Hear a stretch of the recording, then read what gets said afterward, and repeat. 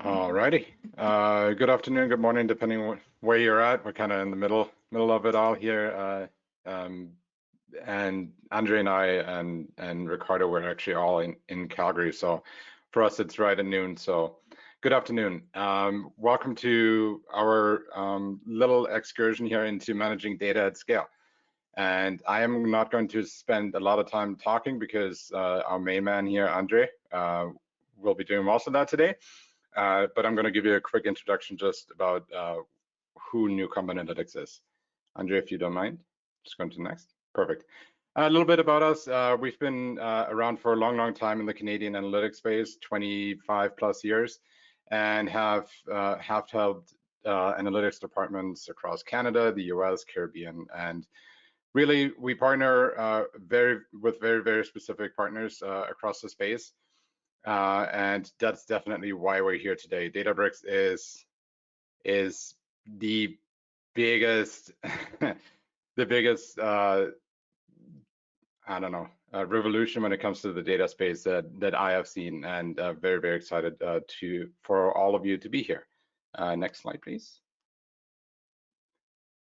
A little bit about our DNA on the Newcomp side. We kind of have 5 pillars that we're working in. A lot of it has to do with data engineering and the BI and data visualization space. For a long time, we have been doing financial planning and analytics, of course. And with that comes all of the cloud infrastructure and making sure that everything else on that side is good to go, of course. So we have our department on that side, and AI and machine learning as well. And this is, again, where products like Databricks tends to shine. And then next slide, please. Thank you. I am Sebastian Richters. I'm a data analytics lead with Newcomp and Analytics. And with you today, we're going to have Ricardo Piscatelli, who is an enterprise account executive at Databricks, and then Andre Dimanchuk. He's the enterprise solution architect at Databricks and our superstar for today. Andre, I am going to pass it over to you.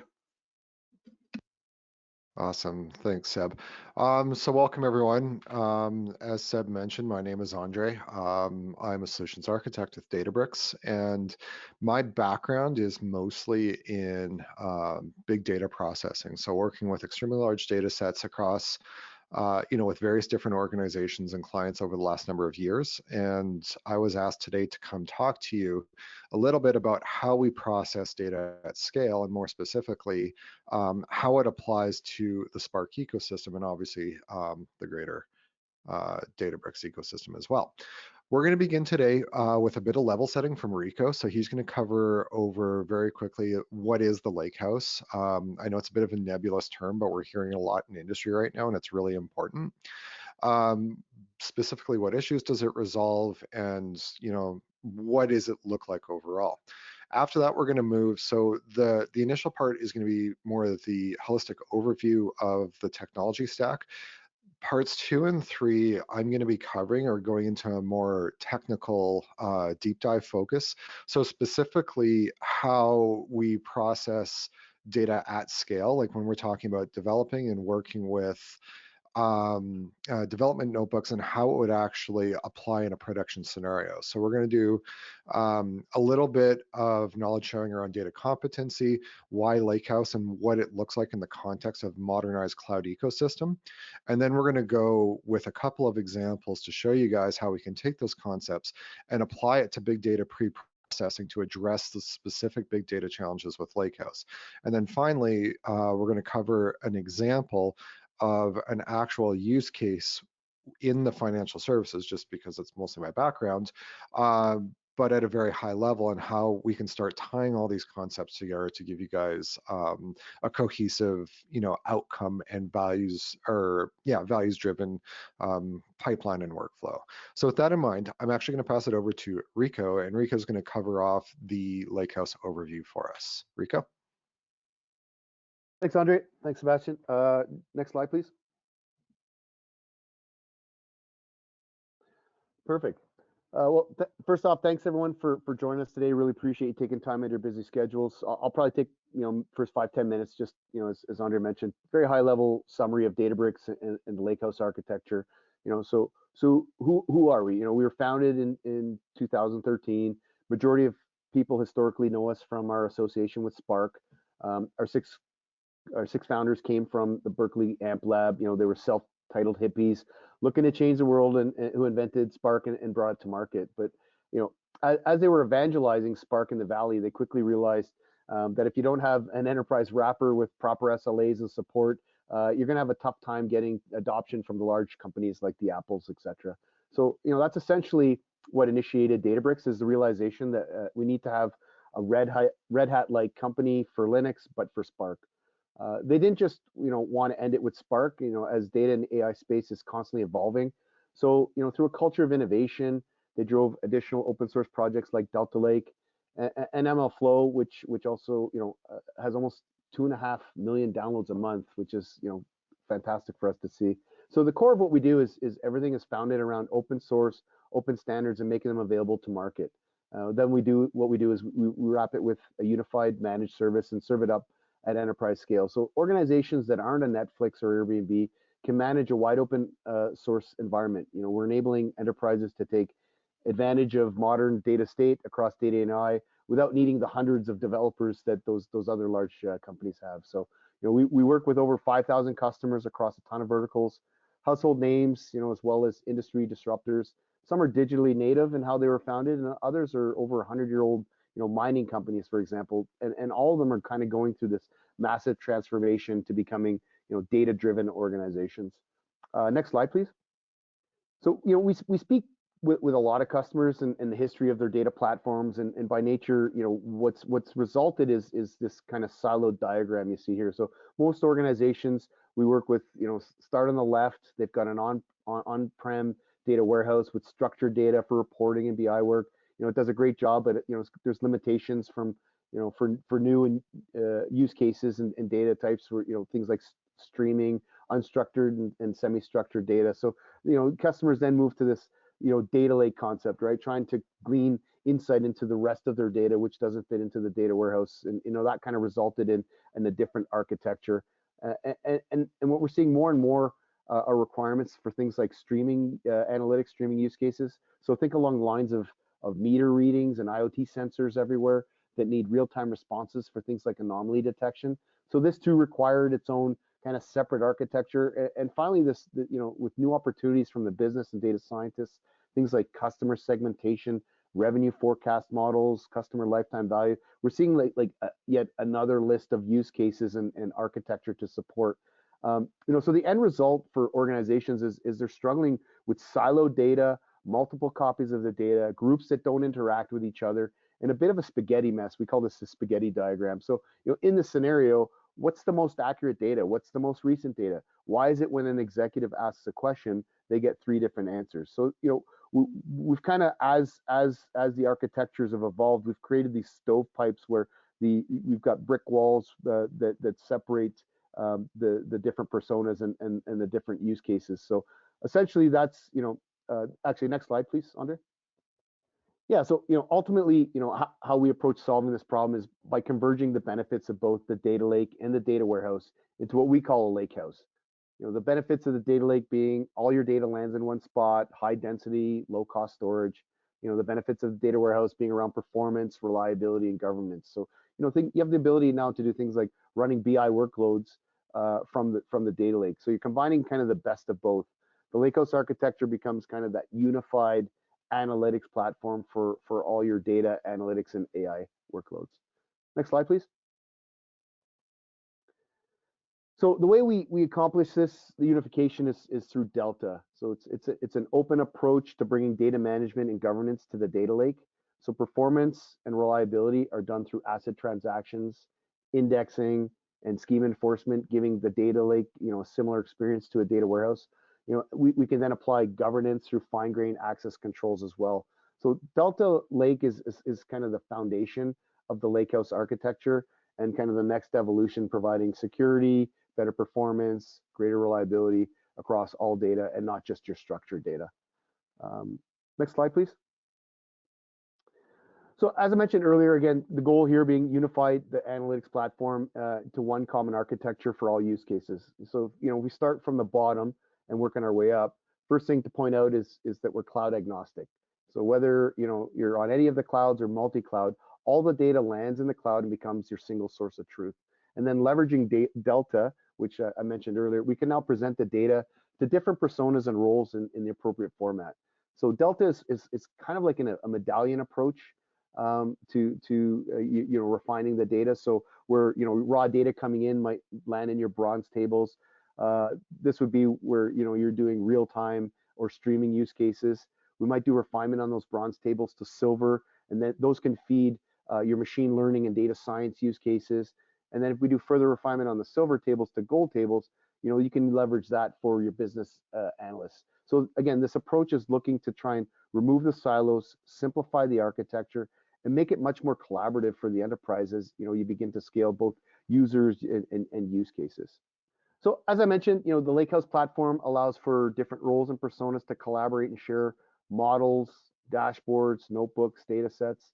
Removing the silos between the teams allows for reproducible results and scaling success across the organization. So, I can't tell you how many customers, excuse me, that I work with where individual lines of businesses are doing identical projects in parallel without knowing about it, right? So essentially, we're trying to remove the barriers, make the organization have the flexibility to scale as these new opportunities to deliver business impact become available. So, quickly summarize my 5-10 minutes here is, simplify the architecture, make the data lake more reliable and performant, allowing teams to collaborate seamlessly.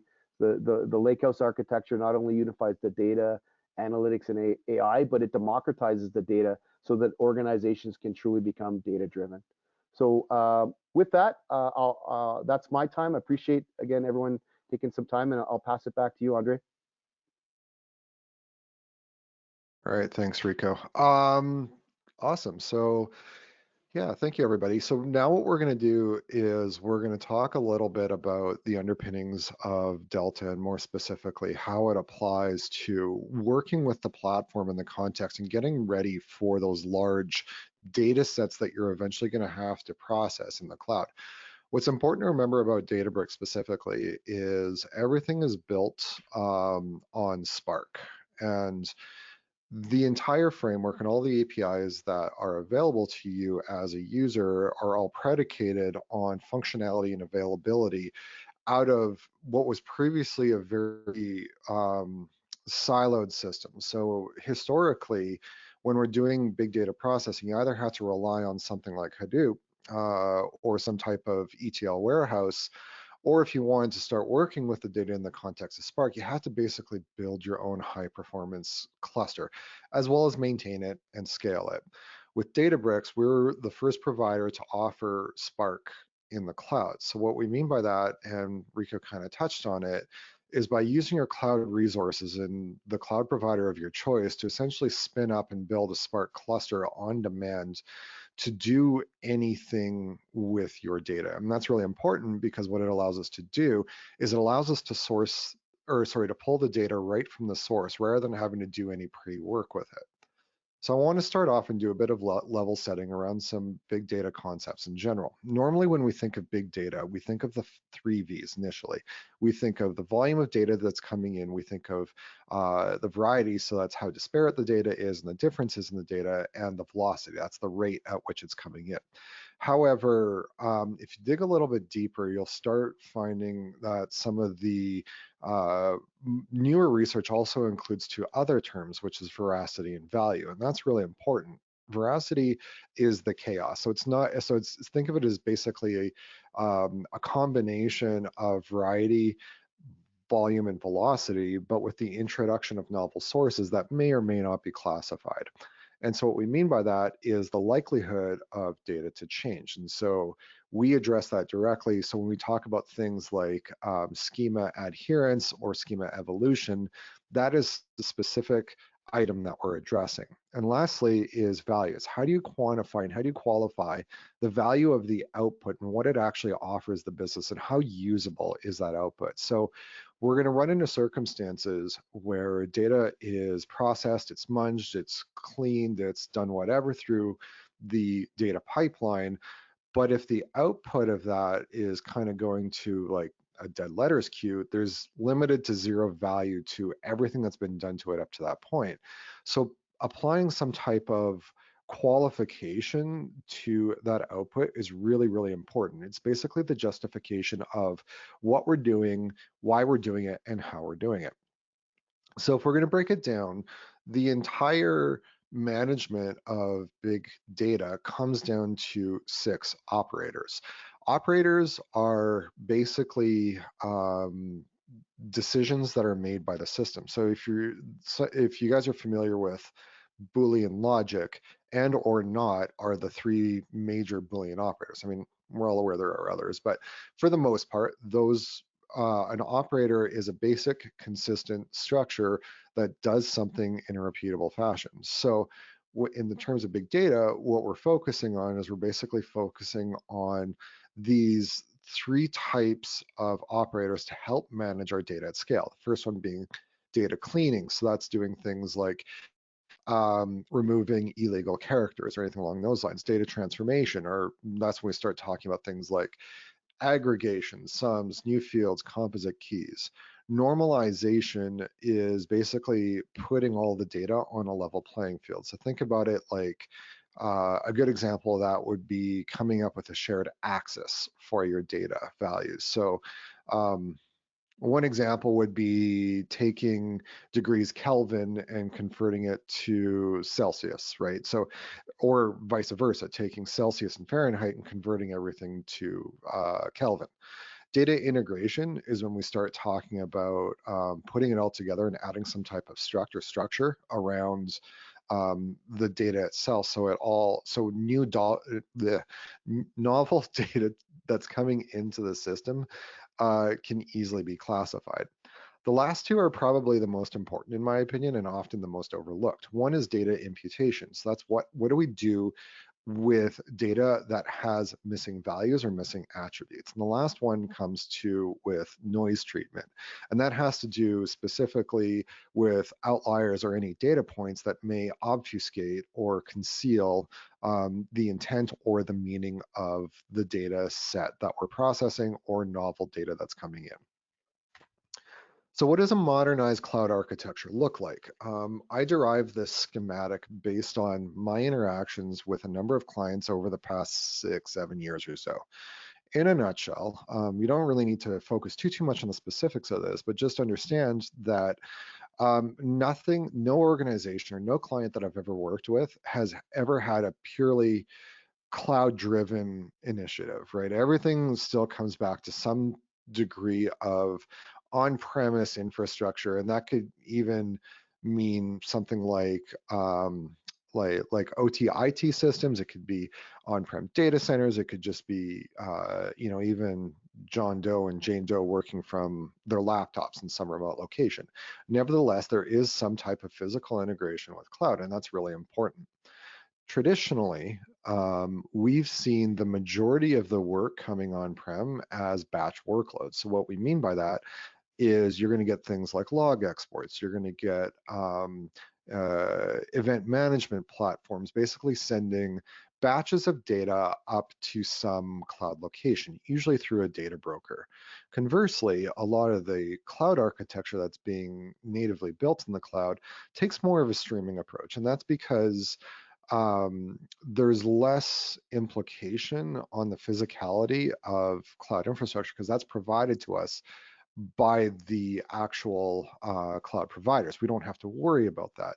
What we're concerned about now is the actual applications. So think in terms of serverless functions or containerized services that are ephemeral. They come in and leave, at any point in time. They tend to err more towards the streaming side. It's not to say they don't do batch, but that hub and spoke model really lends itself more to the streaming nature of data. Nevertheless, both of them essentially send to that data broker, which is really important because that's what stores the data in some type of cloud storage facility or pipeline, or sends it off to a streaming pipeline, which is then picked up and processed by some type of ETL engine, which is then stored in in some type of classified, fully indexed system like a warehouse. In certain circumstances, you're going to get other cloud SaaS systems or IAM systems that are really ELT focused. So they have to really tap into the source, and they do the data extraction late in the game. Where we normally see a lot of those constraints starting to crop up is actually in the cloud storage. So when we start, drawing upon, our experience, we start talking to customers that have experience with like HDFS or S3 or GCS. And while storage is very, very cheap in the cloud, it can also be very, very slow. So the byproduct of that is everything downstream from that. So the ETL engine, whether it's Elasticsearch, Splunk, like you name it, tends to slow down as a byproduct of that. And what ends up happening in the end is our data warehouse, our data mart, or become very slow and cumbersome. We start having to rely on other tactics and strategies to start analyzing and working with the data. And ELT, for all intents and purposes, unless it's going direct back to the data broker, becomes nigh unusable. So it's not even a consideration. There's a reason why ETL is much more prevalent even today, like 30 years after its inception, than ELT is, because ELT relies very much on fast storage and fast processing. So with that in mind, bringing in the Lakehouse, what we do is we kind of strip off the end of that, but we maintain the original storage facility as well as the streaming pipeline, and we bring that into the Lakehouse that Rico had talked about. Logically, it's actually broken up into 3 segments. So the topmost segment being your ETL and ELT is the business-driven outcome. Underneath that, we've actually got the compute layer, which is, in our case, at least for Lakehouse, powered by Spark. And that's where we start, thinking about things like our code abstraction, like how do we write functions and processes and methods to actually make use of, the system. And like I mentioned before, in the context of the Lakehouse, Spark is classified as managed compute, and we're going to get into software-defined architecture in a minute. Delta Lake is the underlying storage engine. So think of it as an abstraction layer on top of the cloud storage. And what we do is we basically take the cloud storage and we don't actually ingest it or modify it. What we do, and the whole point of Delta, is it's a permutation or a conceptualization of that original data point. And then that is stored back into a facility that's much faster to access. Delta is all predicated on Parquet. No matter what you send it, whether it's a database ODBC connection, JSON, arrow formats, another Parquet or CSV even, it's really important to remember that after it gets processed and stored in Delta Lake, it's all in a standardized versioned indexed format. And that's where we're coming from when we say that the transactions that occur at the Spark level are atomic, consistent, isolated, and durable. So for those of you that may not be familiar with the term ACID transaction, that's what we're referring to. So, sorry, I'm just trying to be mindful of time here. The underpinnings of Spark, this is really important because everything we do in Databricks is powered by Spark. Spark is by nature a hyperscale platform. You might hear the term from Facebook, Google, Apple, or any of the other big ones claiming that we're now using hyperscale computing. In a nutshell, it basically means that compute clusters can not only scale out, as in adding more nodes to a cluster, they can scale up and down as well, meaning they can add faster and more cores, more memory, and that type of thing. Collectively, when we put together networking, compute, and storage, we refer to that as software-defined architecture. Or more, you'll find some other organizations talking about SDDC, software-defined data center. It's essentially the same thing. Basically, it's an entirely software-defined abstraction of the data center that does some type of work or process on your data. Now, Spark is entirely built on something called resilient distributed data sets. So when we've got a really large data set, it's important to remember that what's actually happening under the hood is it gets chunked and split up across nodes in the cluster, right? So the higher level API for that is referred to as data frames. So if you guys are familiar with PySpark or Scala, data frames, really what they are is just a managed abstraction for an RDD. And then the other thing about that too is when we're talking about software-defined architecture, we minimize the likelihood of what we call instance reduction. So if you guys have ever worked with a system or a data set more accurately that doesn't fit in the memory, or it's just simply too large to process in a reasonable amount of time, what we start doing is we start downsampling it. So we start grabbing certain subsets of populations based on some arbitrary criteria to process that and use that as an abstraction of the larger whole. The problem with that is we lose fidelity and accuracy and consistency. So what I have to the right here is a basic diagram or schematic of how this is all put together. So as data comes into the Spark system, Spark essentially, well, technically we do, but Spark decides on how it's going to chunk up that RDD across worker nodes. What happens then is as we apply transformations, so that's things like group bys, counts, average, anything like that, it triggers what's called a shuffle. Now it's technically a soft shuffle, so the data is not actually changing the original RDD. However, when we do an action, so that's where we do something like count or any type of output or anything along those lines, what it does is it creates a cache copy of the data in memory and creates a new version of the RDD. So what Spark does is it keeps track of that evolution over time. And the byproduct of that is what the result is. And that's where we start talking about things like a data brokerage. Like when we're providing another business unit or a customer, a collection of data, that's really kind of where we're going with it. And like I mentioned, each of the workers within the cluster contain exactly and only one executor, and that executor can handle many tasks. So when you're working with Databricks or any managed Spark environment, you're going to see a number of tasks getting executed for a single request. That's what's happening, is the worker node and the executor are kind of splitting up the work. How does it do that?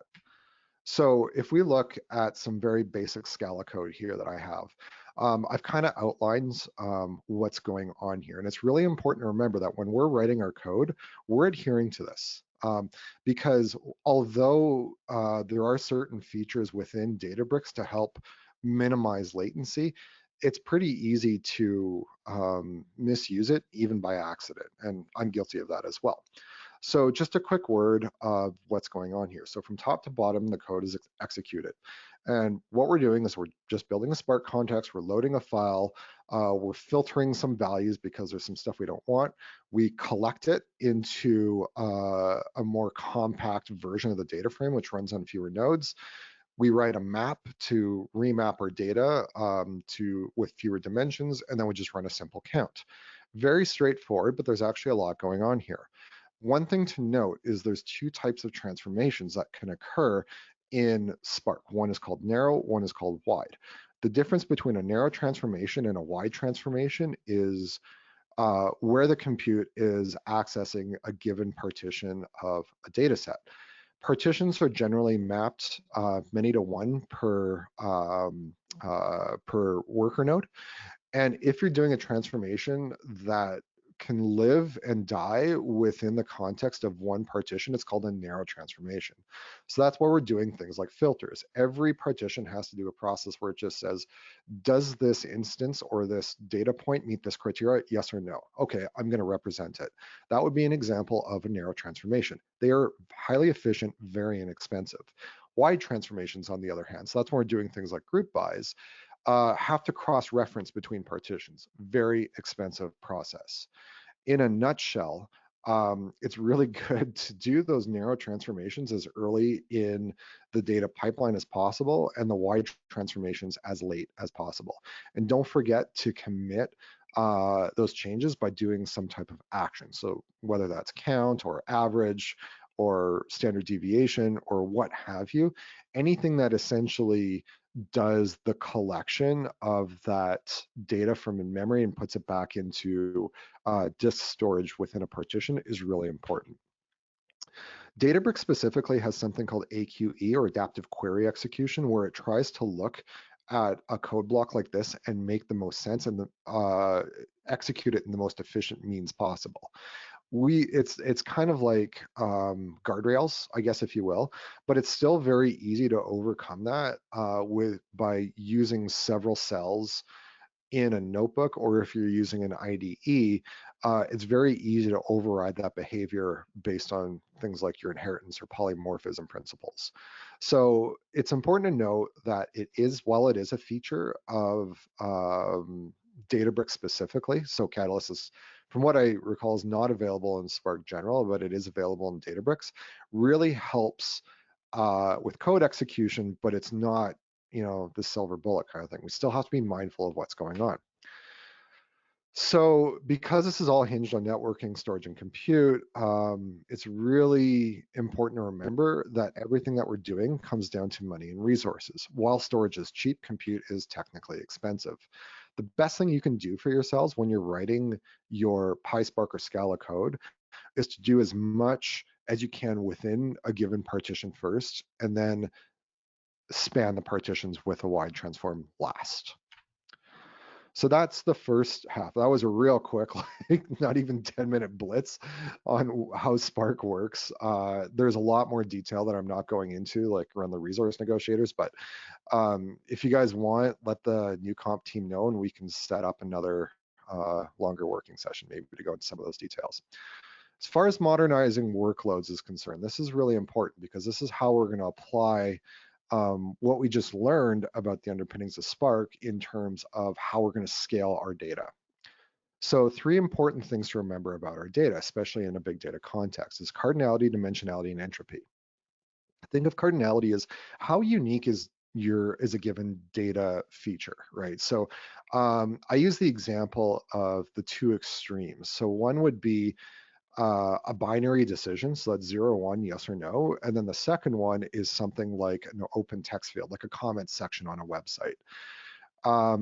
The binary decision it's about as low cardinality as you can get because it can represent any number of things. Like we can translate it to ASCII, we can translate it to Boolean, what have you. It is very low cardinality, whereas it's literally only 2 options. Whereas something like an open text field is highly cardinal because there's so many more opportunities for that particular data point to be unique, right? So if we think of a sentence, it's much more likely to be unique than a given word because we can have combinations of words. It's also the example too why in industry we've erred towards the recommendation of passphrases versus passwords. Just think of cardinality in those terms. A passphrase is technically more cardinal. There's less likelihood of it being repeated than a password.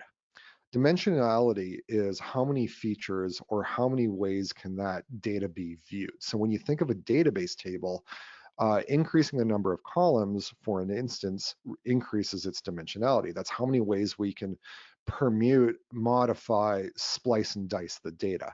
It's really important, when we're talking about scalability in big data terms, to reduce dimensionality as much as possible.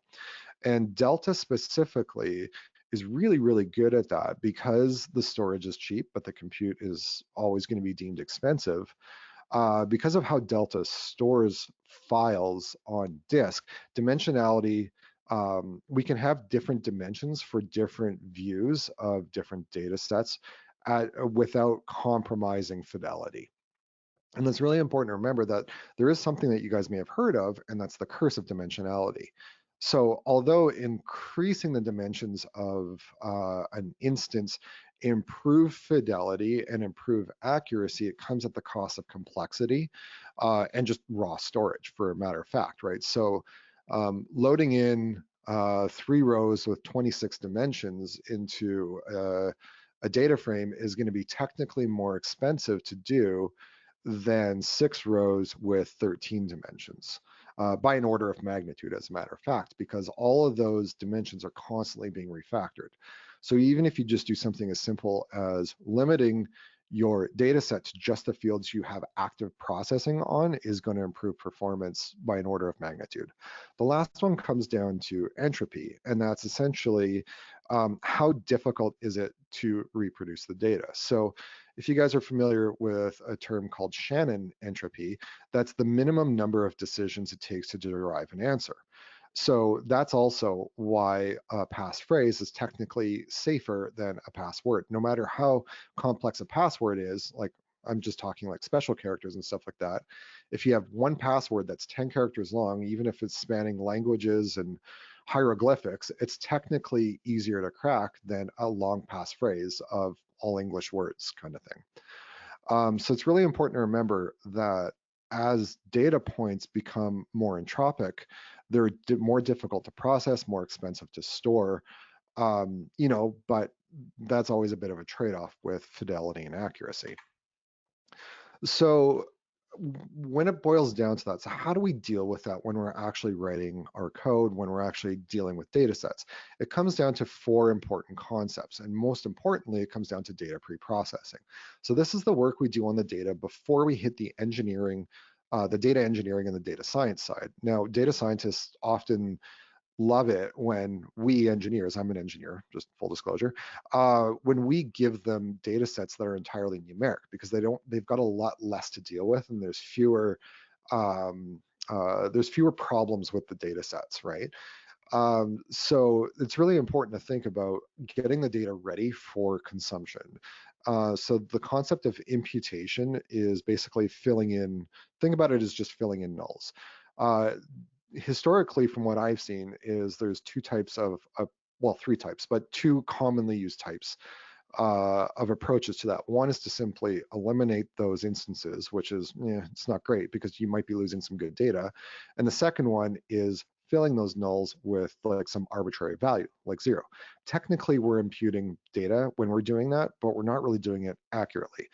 It's better to use the system to help us figure out what those missing values might be with a certain degree of accuracy. Dimensionality reduction, like I said, is literally just about reducing the columns to the ones that you're using in whatever you're factoring. Discretization is another really important one, underutilized but incredibly useful.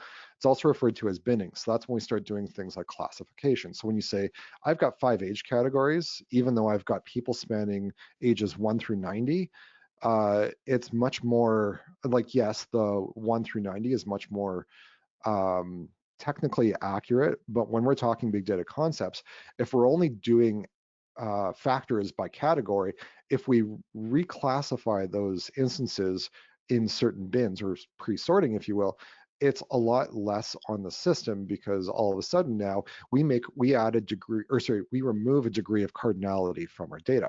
And the last one is normalization. And this is probably one of the most relevant ones when we start talking about things like text analysis or natural language processing. That's the idea of recoding something from a complex data type like arrays, collections, strings, and basically assigning it a numeric value. So what does that look like? I'm trying to be mindful of time here. Okay, shoot, we got to go fast. So data imputation, like I mentioned, is pretty much using adjacent data points to try and fill in missing values. Discretization is doing things like applying labels to certain groups. So like in this case here, I had a notebook that is classifying not only whether the fraud was reported into a label, but I've got a whole bunch of others going on with my features. Dimensionality reduction, like I said, I have a little block of code that I love doing to just flat out remove string columns because I very seldom use them because by this point they're usually translated into some numerical value. After I've done some type of enumeration, I just flat out reduce my string columns to reduce my footprint and make the data set much easier to process. And the last one, obviously, is recoding. Very simple example. I've got 2 examples here where I changed insured sex and insured education level to a numeric value. Pretty straightforward. That's just rote enumeration and applying an index function to the value. So basically using a little bit of ML to apply a unique value to a unique text field. Imputation, like we kind of talked about all these already, but more specifically, there are features within Databricks that are Databricks specific and Lakehouse and Delta specific to help with these, help identify and manage these 4 concepts. So with missing data imputation, we've got things like the data profile, dimensionality reduction, we've got table and schema evolution, discretization and binning, is really when we start talking about using partitions to segment our data in Databricks. Normalization, we've got a very good segment, identifying primitive types and, with MLlib and NumPy specifically, converting and enumerating those fields. So real quick here, what are alternative data and data exhaust? It's important to think about where other data might be coming from to help enrich our existing data sets. Nothing lives in a silo, and it takes a village to raise a child.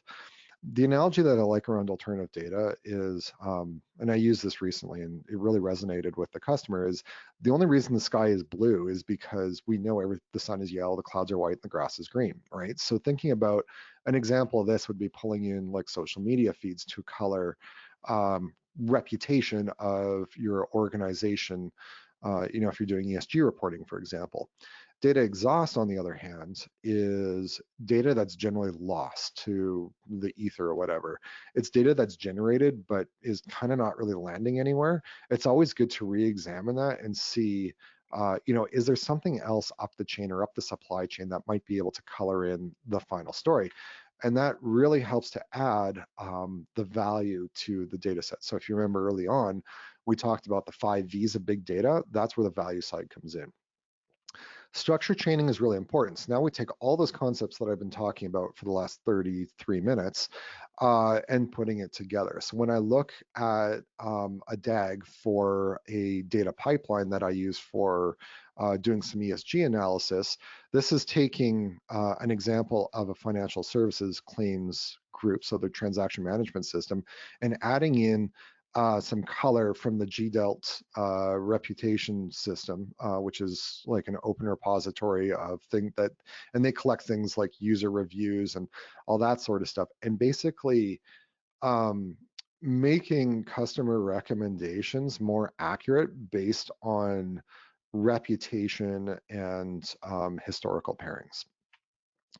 So when we put it all together, it's important to remember that Databricks can process data at various different stages of the pipeline. And when we think of the big data model, and more specifically the operators, Delta and Lakehouse really fit well into that because of the fact that we do all that change tracking, we do all that versioning, of the data, the schemas, of the transactions.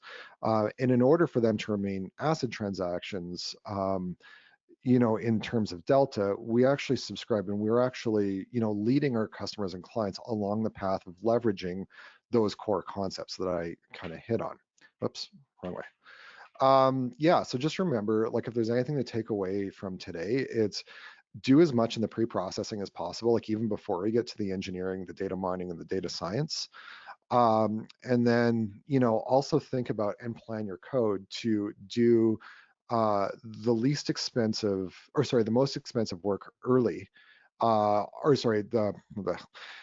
most expensive operations should occur on the smallest data set. So if we take like a MapReduce type model, if we're doing like any actual NLP, it's after we've already filtered out the sentiments that, may not apply in this case. So cleaning and preparing data is really, really important. And if we consider the evolution of our data through the pipeline, we can also try and reuse it as much as possible. Another advantage of going the Delta route, because we've got all the versioning and the ACID transactions, you can literally think about it as taking a point in time approach and injecting a new workload halfway through the pipeline. So with that in mind, if you guys aren't already Databricks customers or users, feel free to go try databricks.com/try-databricks. There's 2 types of trials that we can do. One is a free 14-day trial. Sorry about that, just give me a moment. Anyway, that's my physician. And then the other way to do it is to also try the community edition. Awesome stuff. And yeah, I welcome you guys to get your hands dirty with that. So with that in mind, I'm just going to hand it back to Seb for a few closing comments. Yeah, thanks so much, Andre. That was fantastic. Just in addition to what he was saying there at the end, there's a lot to learn. There's a lot of things that that we can do and we can help you with when it comes to optimizing workloads, etc. So, whatever it is, right? Or even if you just want to get started, let us know. Let us know how we can help. I'm gonna put Sophie's contact in here as well, and yeah, we'd love to hear what kind of challenging problems you guys are facing, where you're at in the life cycle, and how to get you to that next level, right? So you can start talking about RDDs with Andre on a regular basis. So that being said, Andre, I don't think we had any questions so far. If you have questions, there's a question box in the GoToMeeting there. If not, is there anybody else? Ricardo, Andre, did we miss anything? No, I just noticed that the guy that said great presentation is an old colleague of mine. Amazing. So Yeah, you're saying the biased opinion. well, he actually, my very first job I ever got out of school, he trained me. That's Very cool. amazing. Very cool. Yeah. Oh, sweet. Small world. That's great. Yeah. Well, once again, thank you everyone for your time. There's plenty of resources and collateral and training and subject matter experts that we can lean upon. So don't hesitate to reach out to either Newcomp or Databricks, and jointly we'd be happy to help.